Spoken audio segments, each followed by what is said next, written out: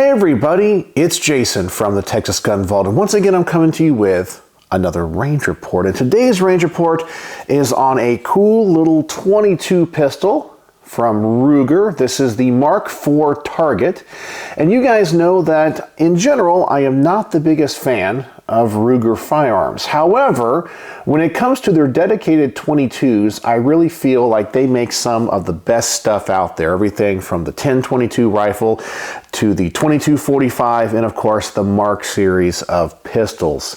They just do a fantastic job, and none of them feel cheap. They feel well built and especially well designed. So I'm really looking forward to getting to review this.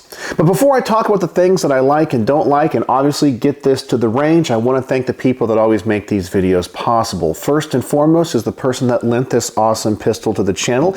He's a local subscriber and friend. His name is Craig. Craig, thank you so much. I also want to thank my Patreons as always, because through their monthly donation and support, they help keep the lights on around here. You guys know we're in a constant battle to keep all of this content going on YouTube, and my Patreons do so much for me. And as always, I want to thank my sponsor for all of my range reports, my good friend Mark from Brownworks. And I know if you've been watching my channel, you hear me talk about Brownworks all the time. Mark over there is an artist. He is a craftsman. He can do things with wood panel grips that no other manufacturer is doing. He can make a wide variety of wood grips for a wide variety of firearms out of a wide variety of exotic woods and materials, and even put on custom logos and engravings. He can make these grips to your specifications. Anything you can imagine, Mark can create. He's always over there innovating. And that's why I say when you go over to his website, which by the way, I'm going to put in the comments section below, go over there, see what he has to offer. And if you don't find what you're looking for, always make sure to contact him, because he's more busy making fine grips for his customers than he is updating his website. So don't get discouraged. Don't go, he doesn't make grips for my gun. I can almost guarantee you he does. And so please contact him. I know that I'm rolling in some footage here of his best work. As you can see, it is like nothing else that you can find. And every grip is custom made to order. So please go check out Brownworks. As I said, there's a link in the comments section as well as a coupon code for 10% off your first order. And when you contact him, please tell him the Texas Gun Vault sent you. All right, so let's talk about what this pistol is we have on the workbench. Being that this is the Mark IV, this is the fourth generation of the Mark series of pistols designed by Bill Ruger. And as I mentioned, this is a dedicated 22. And the fourth generation of these pistols has a huge advantage over all of the previous generations. And it's the big thing about the Mark IV is the ease of takedown. Now, I have never shot or reviewed a Mark I, II, or III pistol, but I have heard the nightmare stories of taking them down. But let me show you what Ruger essentially did. If you drop the magazine, and of course, ensure that there is no ammunition in the gun, put the gun on safe. There's a little button here in the back. You push that and the whole barrel hinges open, and then you can pull out the bolt and all the mechanism there for cleaning. It makes disassembly and reassembly of the pistol really easy. And that also applies to the fourth generation of the 22-45, which essentially is the same gun but with more of a 1911 style lower than this lower right here. So let's talk about the things that I like and don't like about this gun. I've already kind of alluded to it in the opening. Being that this gun is made by Ruger and it's a dedicated 22, I really feel like they did a good job of making this gun out of quality materials. Many other guns made by other companies that are in 22 are often scaled down 9s or 45s or 380s, and they essentially use pot metal in them because so much of the slide has to reciprocate, and 22s aren't that powerful, so they have to use pot metal. Well, Ruger designed it where the only moving parts is the action here in the back. It is the bolt itself. And so you can have a very robust and beefy barrel, and it feels great in your hands. You really feel like you're holding a real gun here. It's not a toy like many other 22s that are on the market. Being that this is the Target model, we have some great sights as well. Adjustments for elevation and windage here in the back. You have a very nice fiber optic front sight. I've already showed you guys the breakdown of this gun and why it is so simple, and I think that's really the big advantage to this, and as well as the controls of this are really nice. So for a 22, sometimes in the other guns that I've reviewed in the past, the controls feel cheap, sometimes they exclude controls. This one has a nice frame mounted safety. That detent is nice and strong. The slide stop or the slide release, easy to get to.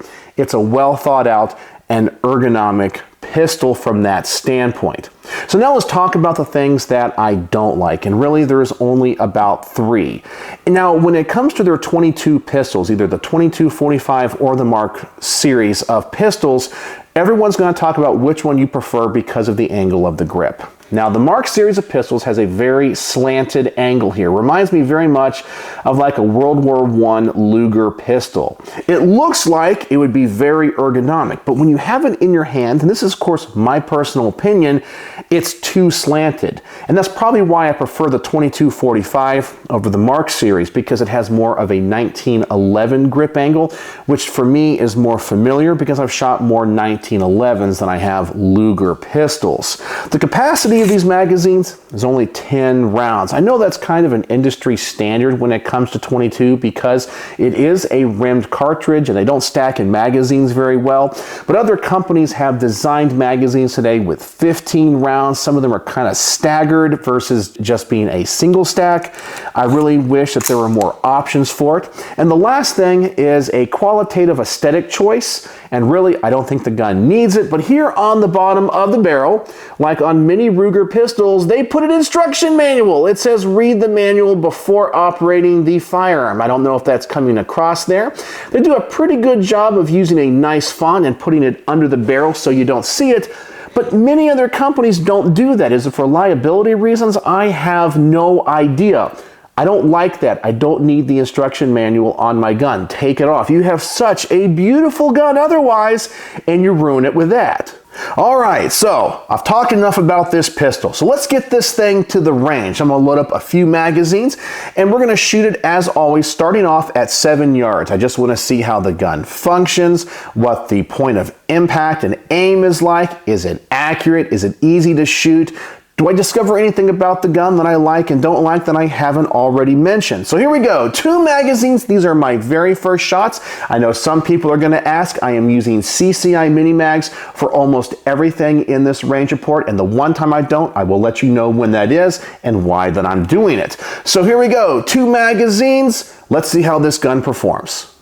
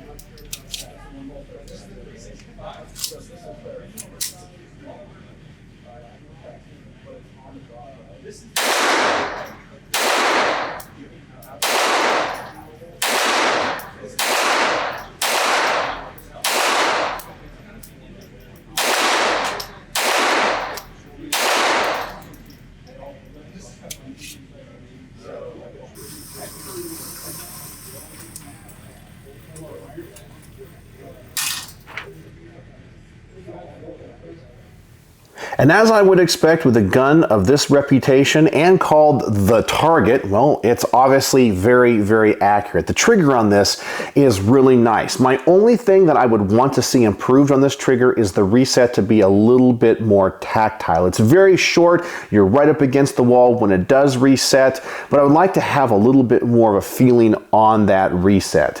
And I think that would make the trigger just a little bit nicer. And obviously, as you can tell, being a 22 and the gun being so heavy, it has virtually no recoil whatsoever.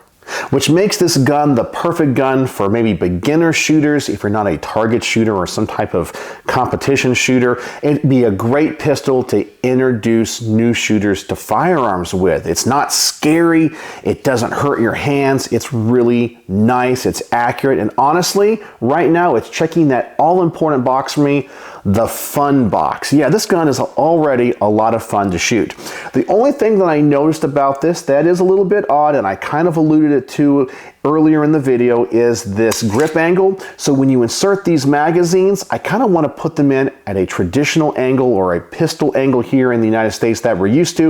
If I come in this way, it gets caught. I have to hold that magazine backwards and I have to push it forward a little bit more towards the front of the gun than I do in the gun. It's just because that angle is so sloped.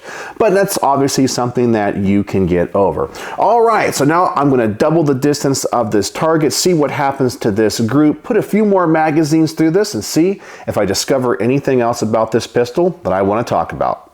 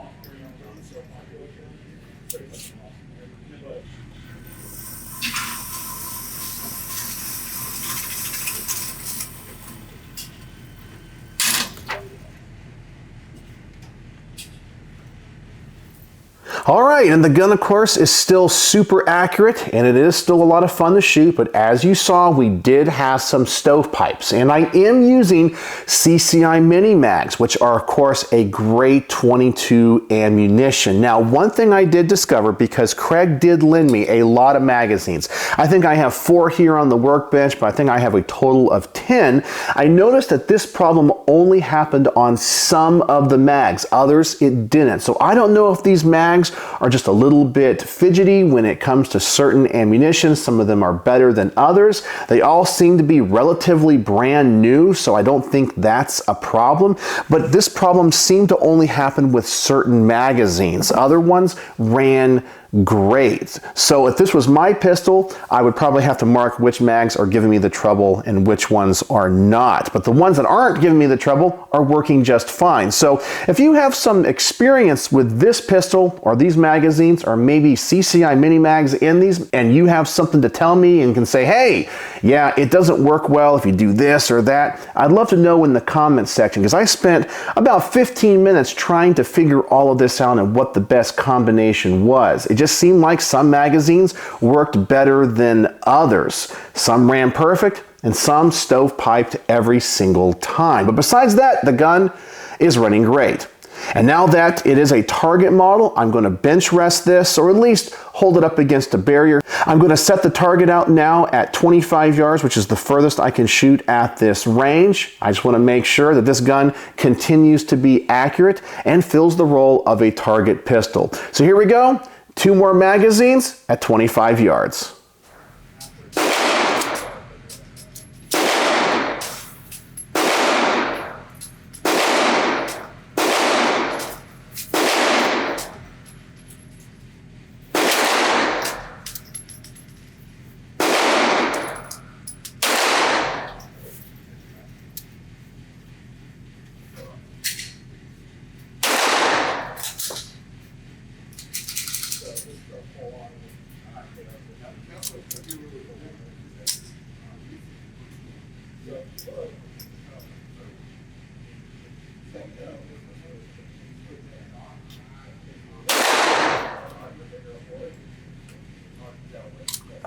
That's what I like. It's all about consistency. That's why I really don't want to go forward, because I don't want people to go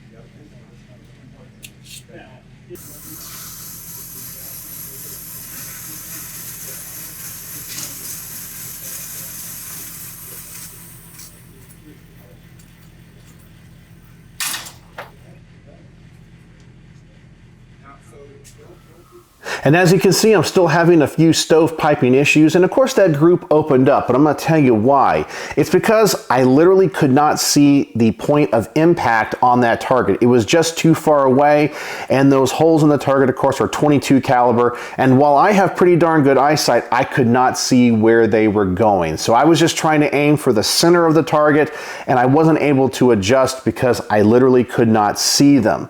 But I'm pretty happy with that group so far. Not happy with those stovepipes.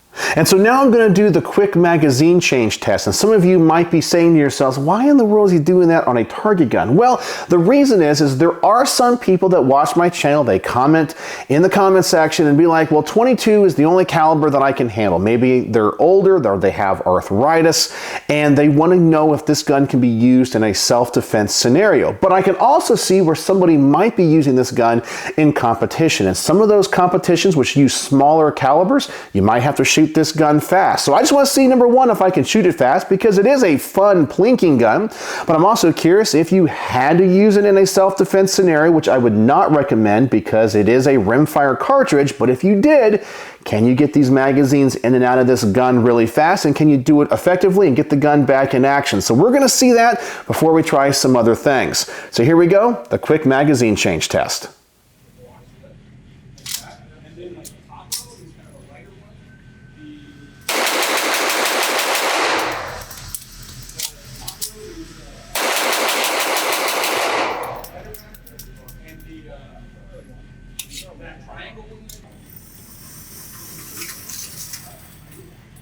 Well, I should have. I had to do mine personally. I was like, oh, look at this guy. And I'm pretty happy with how fast I can shoot this. So whether you're going to use this gun for self-defense because it's what you want, which once again, I don't recommend you doing because it is in 22, or you're in some type of competition setting and you got to shoot the gun fast, I think you're going to be pretty darn happy with the trigger of this gun. It is still a little bit awkward with the shape of these magazines and how slanted they are. It kind of slowed me down a little bit. But once again, that is just something that you would have to train for. All right, so the next test I want to do is the cheap standard velocity test, because while I'm using CCI mini mags, you guys know that is some of the best 22 ammo out there. Well, you might not always have that on hand. So I'm just curious, will this gun run with some cheaper standard velocity ammo? Sometimes this stuff runs in 22s for me and sometimes it doesn't. It's made by Arms Corps, so it runs a little bit dirty. I have a lot of failure to fires, but it is a slower velocity round. So will it cycle the action on this pistol? Well, we're gonna find out. So the first magazine is gonna be the Arms Corps Standard Velocity 22, and then the second magazine will be going back to CCI Mini Mag. So I'm expecting those to run. So let's just see if this gun can cycle standard velocity ammunition.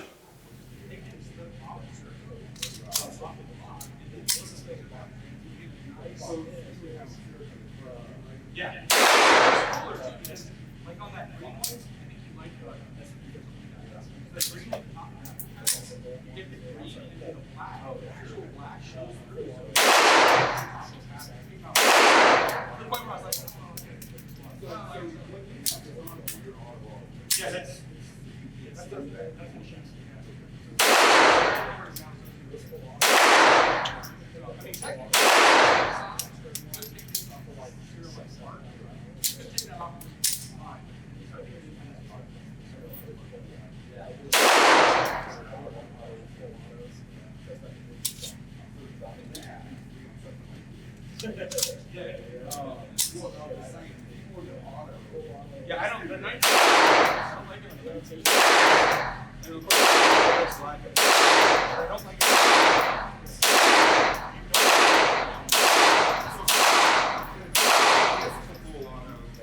You have a lot of your time doing it. And well, when the gun went bang, it cycled just fine. But man, that ammunition I have such problems with when it comes to failure to fire. I don't know why the primers in those cases are just not good. And that happens across the board. So that was not the gun. That was definitely the ammo. And man, did it run a lot dirtier, but it did run with standard velocity. So that's great. So the CCIs I think are a little bit more than standard velocity. They're high velocity, but standard velocity runs just fine in this. So I'm pretty sure this thing will feed most any ammo that you put in the magazine. All right, one more thing I want to do is just see how comfortable the gun is to shoot with one hand. I believe the angle of this grip is designed more for that. You know, when pistols became popular, especially semi-automatic pistols became popular in the early 20th century, it was standard technique to shoot them with one hand. And maybe this grip is designed a little bit more for that than our standard modern technique of two-handed shooting. So I just want to put a magazine through this and just see how accurate I can be shooting this thing one-handed and what it feels like.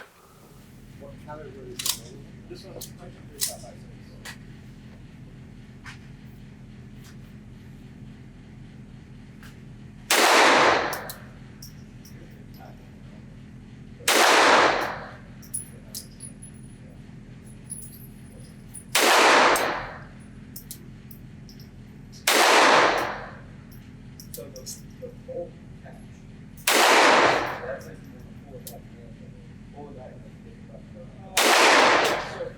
honestly, like you